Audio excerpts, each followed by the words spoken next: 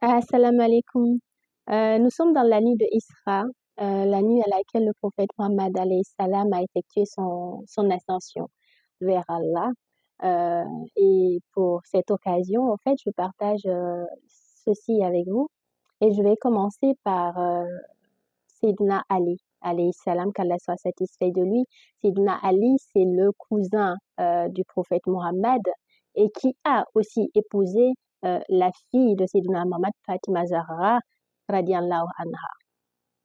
Et donc, Sayyidina Ali, il a dit, tous les livres sacrés sont dans le Coran et tout le Coran est dans la Fatiha. Et toute la Fatiha est dans la Basmallah. La Basmallah, en fait, c'est la formule de Bismillahirrahmanirrahim. Donc, lorsqu'il dit que toute la Fatiha se trouve dans la Basmallah, il rajoute toute la Basmallah est dans le point, c'est-à-dire le point qui se trouve sous le bas. Et ensuite, il dit, je suis ce point. Subhanallah. Et sans ce point, tu ne peux pas lire le Coran. Donc, sans Sayyidina Ali, alayhi salam, tu ne peux pas lire le Coran. Le lire dans le sens réel, c'est-à-dire lire ses secrets, lire ce qu'il contient, lire la vérité cachée dans le Coran. Sans Sayyidina Ali, on ne peut pas. Donc, c'est savoir l'importance de Sayyidina Ali dans l'islam. Et le prophète Mohammed, un jour, il a dit, je suis la ville de la science. Et Sayyidina Ali est la porte de cette science. Donc, personne ne peut accéder à moi. Personne ne peut accéder à cette cité sans passer par la porte. Donc, sans passer par Sayyidina Ali, tu ne peux pas accéder à Sayyidina Muhammad alayhi salam. Et Sayyidina Muhammad, il a beaucoup insisté sur ça, sur sa famille. Il avait beaucoup d'amour pour sa famille. Et il avait dit un jour, lorsque je ne serai plus là, je vous laisse deux choses. Je vous laisse le livre d'Allah et je vous laisse ma descendance. Et quiconque s'attache fermement à ces deux choses ne va jamais s'égarer. Et donc, Sayyidina Ali, en fait, lorsque Sayyidina Muhammad est parti, en principe, c'était Sayyidina Ali qui devait succéder. Après ce qui s'est passé, je n'ai pas rentré dedans dans cette vidéo-là. Mais Sayyidina Ali étant la porte pour accéder à la cité, c'est-à-dire à accéder à Sayyidina Ali, il n'est plus là aujourd'hui. C'est le lien. Donc, Sayyidina Muhammad, avant de quitter la terre, il a passé le secret d'Allah à Sayyidina Ali. Ses compagnons avaient des secrets, ils avaient des sciences, ils les avaient vraiment donné des choses, mais il ne leur a jamais donné le secret d'Allah. Le secret d'Allah est resté dans sa famille, est resté dans sa lignée. Et Sayyidina Muhammad ne l'a pas caché. Donc, et dans sa lignée, en fait, Sayyidina Ali, il a épousé la fille de Sayyidina Muhammad, Fatima Zahra, radiallahu anha, et cette transmission, en fait, de secret s'est passée avec ce couple-là.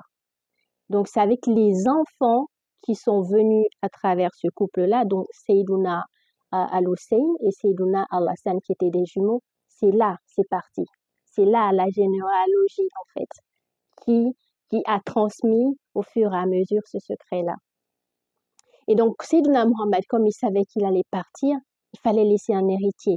Il fallait laisser quelqu'un qui allait contenir cette science-là, ce secret qu'Allah lui a donné. Donc, c'était Sayyidina Ali. Donc, lorsque Sayyidina Muhammad est parti, Sayyidina Ali a pris la relève. Mais maintenant, nous savons que Sayyidina Ali, il n'est pas là. Maintenant, qu'est-ce qui s'est passé? C'est à chaque fois, et c'est chaque 100 ans, en fait, il y a un héritier qui arrive et que Sayyidina Muhammad, bien entendu, il est l'ancêtre et Sayyidina Ali, ils vont choisir quelqu'un dans sa descendance, ils vont préparer et à qui ils vont donner ce secret. Et c'est comme ça, c'est parti au fur et à mesure jusqu'à aujourd'hui. En ce temps-là, en cette période-là, c'est Sayyidina Muhammad Fawzi Al-Karkari qui détient ce secret-là. Et le problème est que c'est pas le problème, mais il faut laisser un héritier. Parce que Sayyidina Muhammad, en fait, il a voulu être accessible. Il a voulu laisser la porte ouverte. Et donc, il faut quelqu'un qui soit dans ce monde-là. Il faut quelqu'un de vivant, en fait, pour garder le portail ouvert, pour laisser le passage. Et donc, il faut passer par la porte. Et la porte n'étant plus là, à la base, qui était Sayyidina Ali, donc il faut une autre porte qui est de sa famille. Et c'est ça, lorsqu'on dit on n'a pas besoin d'intermédiaire, on n'a pas besoin d'un guide pour accéder à Allah.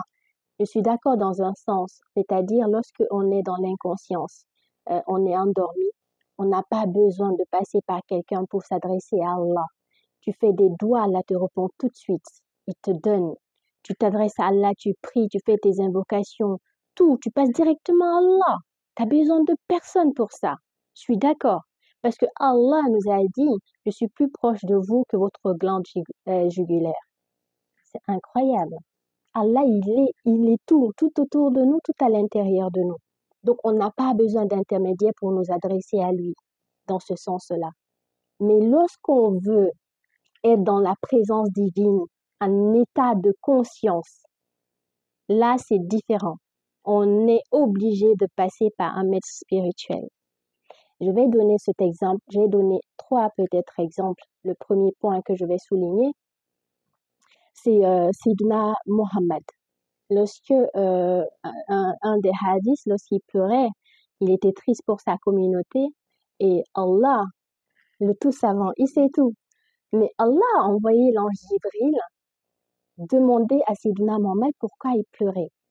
Et l'ange Jibril est venu voir Sidna Mohammed, il lui a posé la question, Sidna Mohammed a répondu, l'ange Jibril est reparti vers Allah, il a expliqué à Allah, et Allah aussi a transmis à l'ange Jibril de dire à Sidna Mohammed qu'il sera agréablement surpris le jour de la résurrection pour les faveurs qu'il va faire pour sa communauté.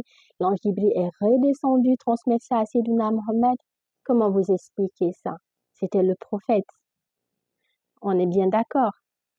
Mais il ne s'est pas adressé directement à Allah.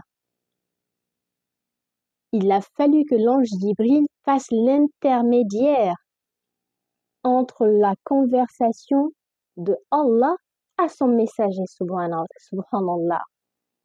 Ça, c'est un point. Il y a plein d'autres hadiths. Mais je ne vais pas rester sur les hadiths. Je vais parler justement de Al-Isra, l'occasion d'aujourd'hui.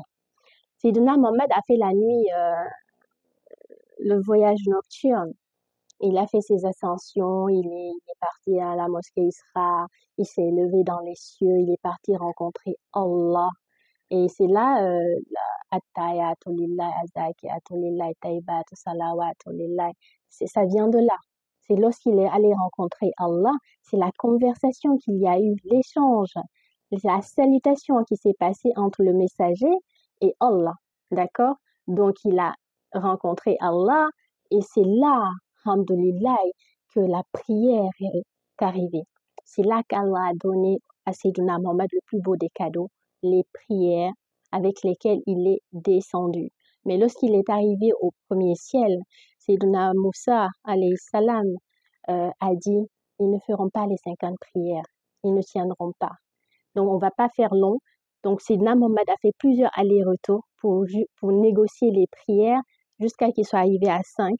Et à 5, Sayyidina Moussa a dit, ta communauté ne tiendra pas les 5 prières. Et là, Sayyidina Mohammed a dit, non, je ne peux plus, je peux plus discuter plus que ça. Bref, donc il a fini l'ascension, il est revenu. Qu'est-ce qu'on note ici? Dans ce voyage-là, c'est l'ange Jibril qui est venu chercher Sayyidina Mohammed avec le bourak. C'est un animal qui a à mi-chemin d'un cheval et qui est ailé. Donc, c'est Sayyidina Jibril qui est venu prendre Sayyidina Mohammed, qui l'a fait effectuer tous ces voyages-là, qui a été avec lui pendant tout ce voyage-là. Et en fait, c'est une ascension. C'est pas pour le prophète Mohammed, il s'est levé avec son corps. Il est parti avec son esprit.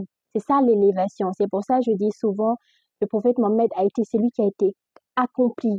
Il n'y a pas son égal. Donc, dans ce voyage-là, c'est l'ange Jibril qui l'a accompagné. Et sans l'ange Jibril, Sayyidina Muhammad n'allait pas s'accomplir. Allah a décidé que pour que Sayyidina Muhammad puisse accomplir sa mission, il avait besoin d'aide. Et cette aide est venue de l'ange Jibril qui l'a accompagné du début jusqu'à la fin. Et c'est là l'intermédiaire, c'est là le guide. Il a été le guide de Sayyidina Muhammad, il a été le maître de Sayyidina Muhammad, si je peux me permettre de dire.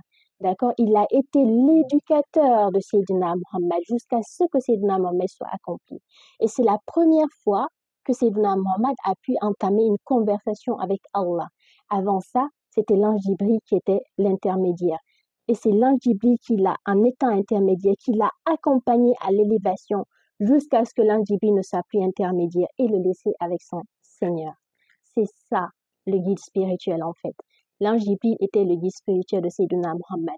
Si le messager d'Allah qui est venu à l'intérieur de lui, le Coran y était, qui est destiné à être le dernier des messagers, lui, il a eu besoin d'un guide, il a eu besoin d'un accompagnateur, il a eu besoin d'une aide, moi, avec tous mes péchés.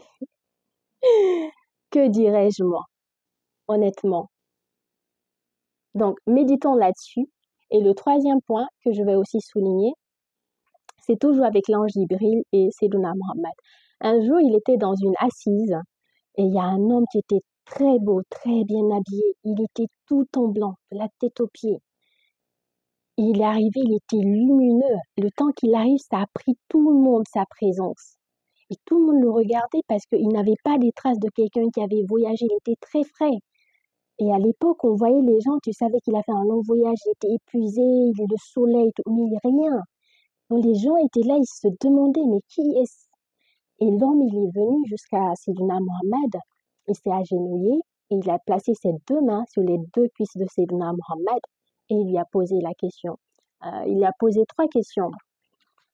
La première question qu'il a posée à Sayyidina Muhammad, il a dit, « Oh Muhammad, informe-moi sur l'islam. » Et le prophète Mohammed, il a répondu, c'est long en fait. Sayyidina Mohammed a répondu là-dessus et il dit, tu dis vrai. Et ensuite, il pose une deuxième question, il dit, dis-moi donc, qu'est-ce qu'est Iman, c'est-à-dire la foi?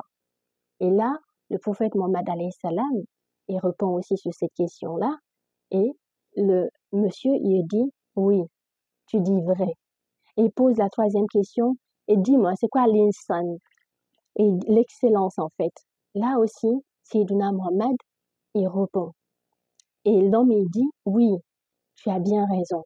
Et il lui dit une quatrième question, alors parle-moi de l'heure. Et là, Sayyidina Muhammad dit, la personne qui est questionnée n'en sait pas plus que celui qui questionne. Et ensuite, la personne repose une cinquième question. Il dit, alors quels sont les signes précurseurs de l'heure en fait? Et là, Sayyidina Muhammad y répond. Et la personne finit, tout simplement, il se lève et il part. Mais tout le monde était là. Mais qui vient poser des questions au prophète, au messager d'Allah, et qui en plus juste confirme ce que Sayyidina Muhammad est en train de dire. Et là, Sayyidina Muhammad, il parle à Omar, parce que c'est Omar, qu'Allah soit satisfait de lui, qui a rapporté ça. Et Omar, il dit, et le messager d'Allah subhanallah pose la question à Omar. Tu sais qui c'était? Et Omar, Allah soit satisfait de lui, a dit, oh, le messager d'Allah et Allah sont plus au courant que moi. Et il dit, c'était Jibril qui est venu vous enseigner votre religion. Subhanallah. Et là, il y a beaucoup d'enseignements dans ça, mais je prends ce qui est aligné avec le sujet d'aujourd'hui. C'est Sayyidina Muhammad, il attribue l'enseignement de la religion à l'ange Jibril. Subhanallah. Sayyidina Muhammad est le maître, est l'enseignant et l'éducateur de l'islam. Mais pourquoi il a fait ça? Parce que l'ange Jibril a été la cause de cette réussite-là. C'est l'ange Jibril, c'est par la grâce de Dieu, mais par la cause de l'ange Jibril qu'il a été ce maître et qui sera toujours ce maître de l'islam.